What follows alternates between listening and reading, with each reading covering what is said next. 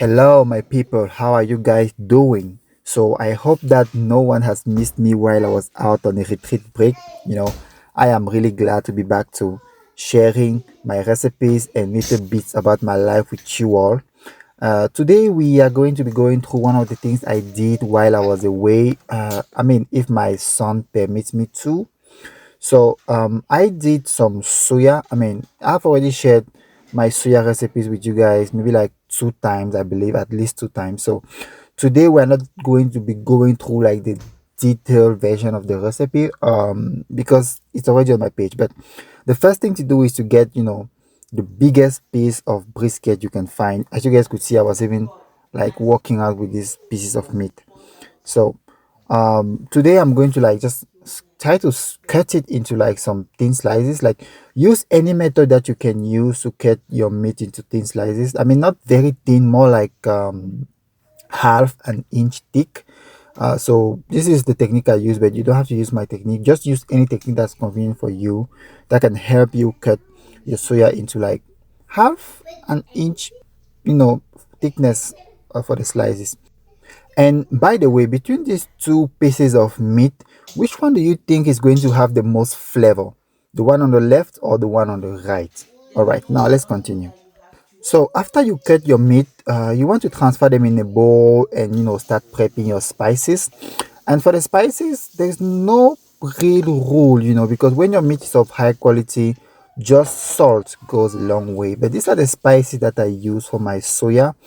I also use Les Épices du Mboa beef spices and Les Épices du Mboa kang spices. And you guys know kang is what we call in Cameroon for is the name we give in Cameroon for soya spice. So just add your spices in your meat, like really ask your ancestors for the filling, or you can just use my ingredients and quantities that is already in another video on my page. Then you add a little bit of oil, and then you just mix it together.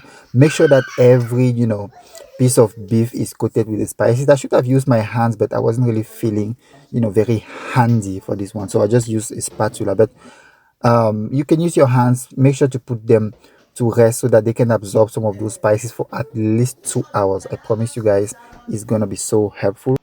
For the cooking method, you place those slices of meat on a wire rack.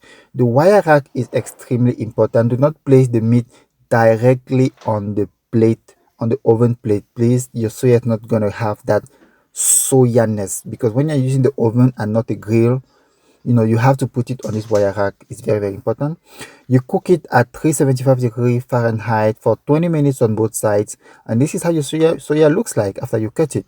But since I was making this soya for an event that was supposed to be like in a couple of days, I didn't cut all the pieces of soya, because when you cut all the pieces of soya and you have to like freeze it, they tend to like dry off.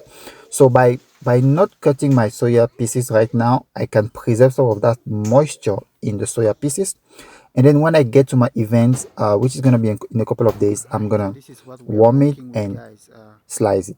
Now let's briefly talk about the event. It was a conference slash retreat, with my brothers and sisters in Christ here in the USA. So we are typically based in so many states around the USA, and you guys know the USA is so big, almost like a continent. So it's so hard for us to meet physically. So once a year or once every 2 years, we try to come to a physical location like this one.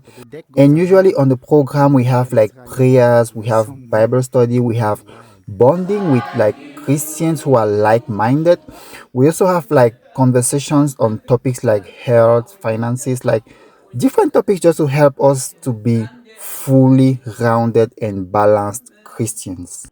We also do a lot of eating, and my very beautiful sister right here helped us to slice that soya. And as you guys can see, the soya preserved its moisture because we warmed it at the event and sliced it just before people could eat. And now I just need to add my Les Épices du Mboa cancan spice on top to give it that final finish. And my sister also made my little grimace. Everybody ate and enjoyed. Please let me know if you want to join us next time. See you guys next time.